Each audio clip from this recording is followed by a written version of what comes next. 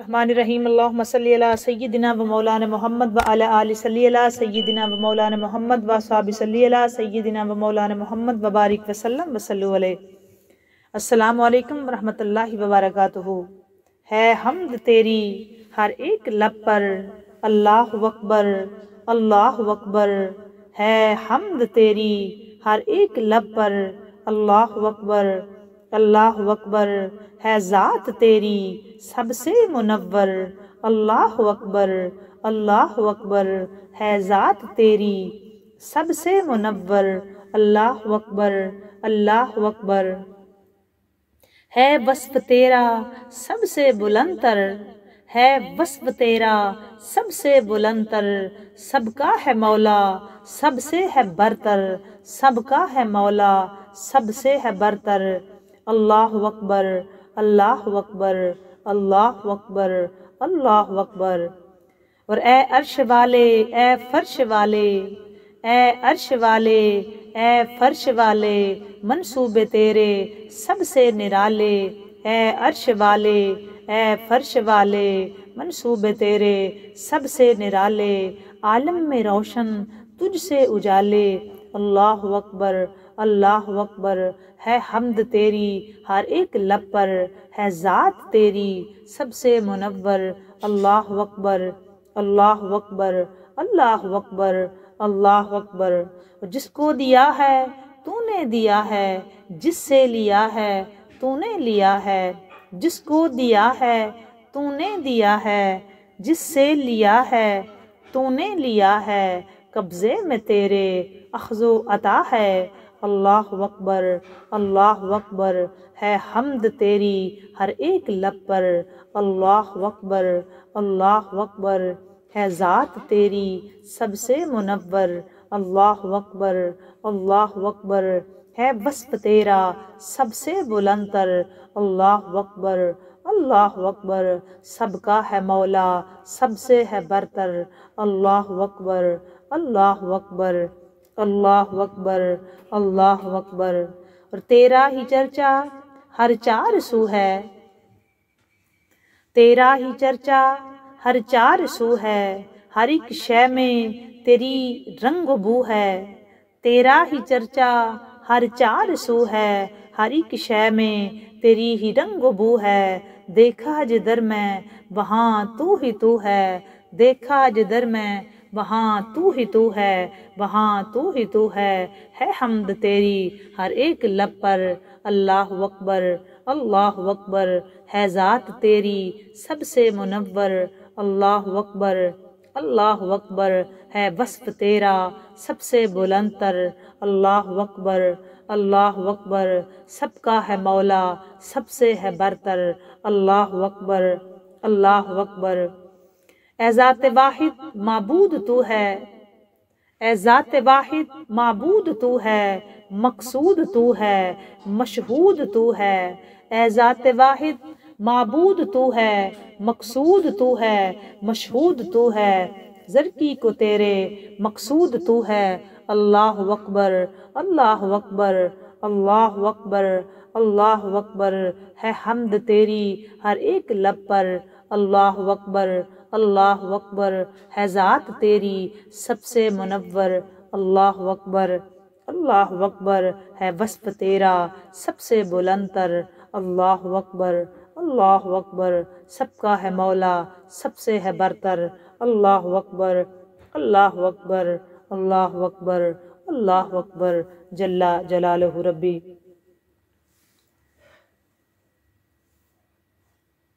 ابوا کی وہ صبح بھی کیا عجیب تھی کہ اس کا رنگ ہی کچھ اور تھا۔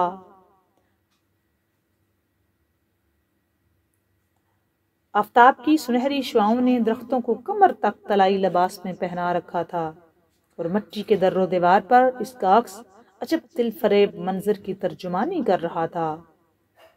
گھروں سے چراگاہ کی جانب جاتے ہوئے اونٹ کی صدائیں دل کو لبا رہی تھی۔ صبح کی تازگی دل و دماغ میں بسی جا رہی تھی، رخ میں بالیدگی بڑھتی جا رہی تھی۔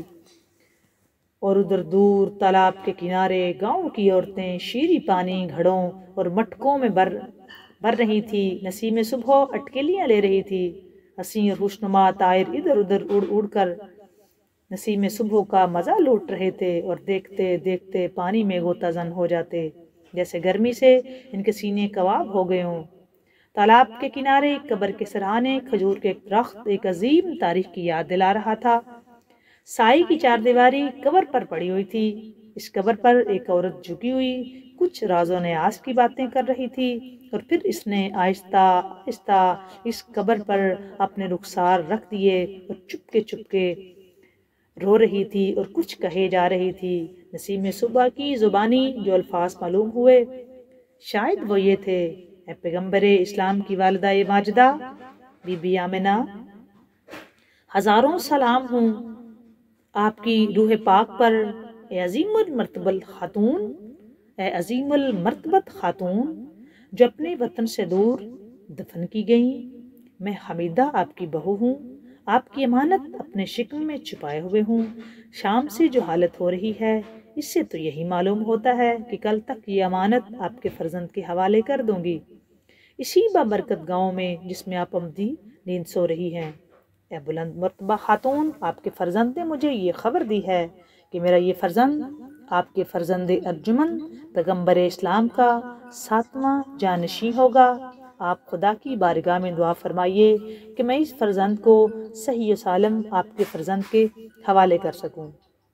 اب آفتاب بلند ہو چکا تھا اور اس کی شعائیں قبر پر پڑ رہی تھی۔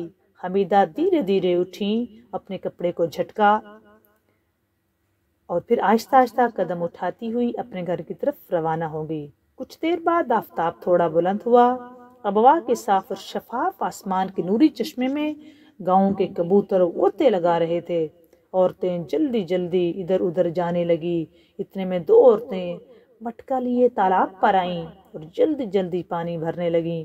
وہ ایک دوسرے سے کہہ رہی تھی کہ لوگ کہہ رہے ہیں کہ جب امام جعفر صادق علیہ السلام کے کانوں تک اس تازہ مولود کی خبر پہنچی تو انہوں نے ارشاد فرمایا: میرے جانشین، 7ویں رہبر، 7واں امام اور بہترین حلقے خدا کی ولادت ہوئی ہے۔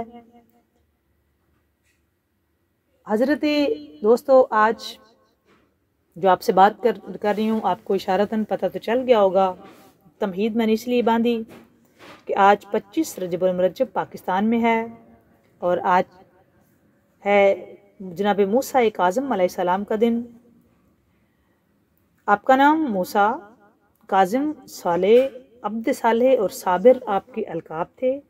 آپ حضرت امام موسیٰ کاظم علیہ السلام، آپ حضرت امام جعفر الصادق علیہ السلام کے شہزادے تھے، اور امام جعفر صادق علیہ السلام حضرت امام زین العابدین حضرت امام باقر علیہ السلام کے شہزادے تھے، اور حضرت امام باقر علیہ السلام حضرت امام زین العابدین علیہ السلام کے شہزادے تھے، اور حضرت امام زین العابدین علیہ السلام حضرت امام حسین علیہ السلام کے شہزادے تھے، اور حضرت امام حسین علیہ السلام، جیسا کہ آپ سارے بڑی اچھی طرح جانتے ہیں، خاتون جنت اور مولا علی علیہ السلام کے شہزادے تھے۔ آج ہم حضرت امام موسیٰ کاظم علیہ السلام پہ بات کریں گے۔ حضرت امام موسیٰ کاظم علیہ السلام نام موسیٰ تھا، اور آپ کا جو لقب تھا کاظم، آپ کا القاب تھا کاظم، بولتے ہیں جی غصہ پی جانے والے کو، اور آپ بالکل ایسے ہی تھے۔ عبد صالح، آپ کے بارے میں مشہور تھا عبد صالح، نیک انسان۔ پھر آپ کا لقب تھا ایک صابر، صبر پیک پہ تھا آپ کا، اور آپ کی کنیت کیا ہے؟ ابو الحسن، ابو ابراہیم اور ابو العلی۔ یہ امام علی رضا کے والد گرامی ہیں، 8ویں جو امام ہیں یہ ان کے والد گرامی ہیں۔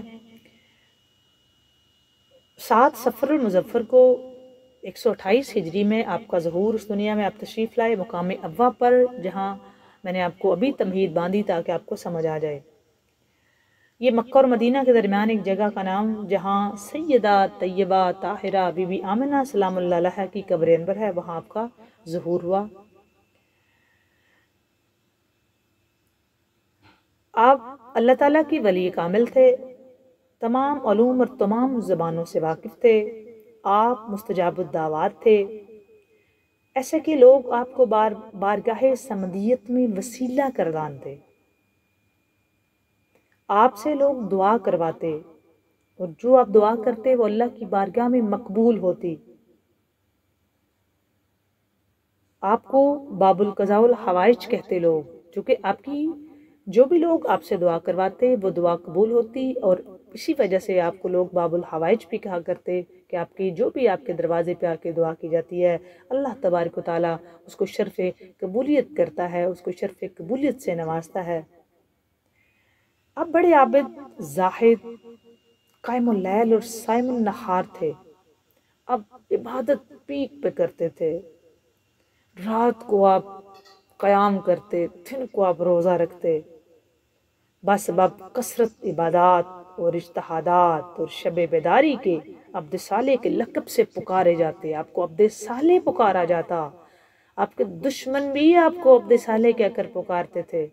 آپ فرزند رسول، آپ ہاشمی، آل رسول کا ایک چمکتا ہوا چراغ، کروڑوں درود و سلام آپ کی ذات پاک پہ. اب عبد صالح کے لقب سے پکارے جاتے. اب خفیہ طور پر راتوں میں لوگوں کو حاجات کے موافق روپیہ پیسے ان کی خدمت پہنچاتے، جیسے بالکل حضرت مولا زین العابدین علیہ السلام کرتے تھے، پھر مولا باقر علیہ السلام کرتے تھے. بالکل آپ بھی اپنے جد کی طرح مولا علی علیہ السلام کا یہی کام تھا، پھر مولا حسن علیہ السلام بھی یہی کرتے تھے، حسین بادشاہ بھی یہی کرتے تھے. تاجدار کائنات کی یہ صفت اعلیٰ تھی، اور آپ میں تو پھر ہر صفت بھی درجہ اتم پائی جاتی ہے. وہاں پہ آ کے تو صفت سلامیاں کرتی ہے اس ذات بارگاہ کا. تو ہماری زبان بھی اتنی، ہماری وسعت، ہمارے الفاظ نہیں ہیں جتنی یہ بارگاہیں بلند ہوتی ہیں. ہم تو بس گناہگار سیاکار ان کے کرم توفیق سے ان کی پاک بارگاہ میں حاضری لگوانے کی کوشش کرتے ہیں کہ ہمارا حشر والے دن جو شمار ہو وہ ہمارا ان کے ذکر کرنے والوں میں ہو، یاد کرنے والوں میں ہو، نوکروں میں ہو، ان کے غلاموں میں ہو، غلاموں کے غلاموں میں ہو. حشر والے دن ہمارے لیے یہ بہت بڑا اعزاز ہوگا کہ ہم حشر والے دن بھی اس جہان میں ان کے غلاموں کے غلاموں میں ہمارا شمار ہو جائے. اب سخی بہت بڑے تھے جی. آپ کے والد بزرگوار حضرت امام جعفر الصادق علیہ السلام فرمایا کرتے کہ یہ میرے تمام فرزندوں میں بہترین فرزند ہیں. حالانکہ آپ کے تو مولا جعفر صادق علیہ السلام کے سارے فرزند ہی بہتر تھے، لیکن آپ کو بہترین کہا گیا اور آپ کو ہی امام کا لقب دیا گیا. آپ ہی امام تھے. مولا جعفر صادق علیہ السلام کے بعد آپ کو امامت کے منصب پہ آپ ہی فائز تھے. اللہ تعالیٰ کے موتیوں سے ایک موتی ہیں. یہ امام جعفر صادق علیہ السلام نے آپ کے بارے میں فرمایا کہ آپ اللہ تعالیٰ کی موتیوں میں سے ایک موتی ہیں، اللہ کے موتیوں میں سے ایک موتی ہیں. تو یہ واقعی موتی ہیں.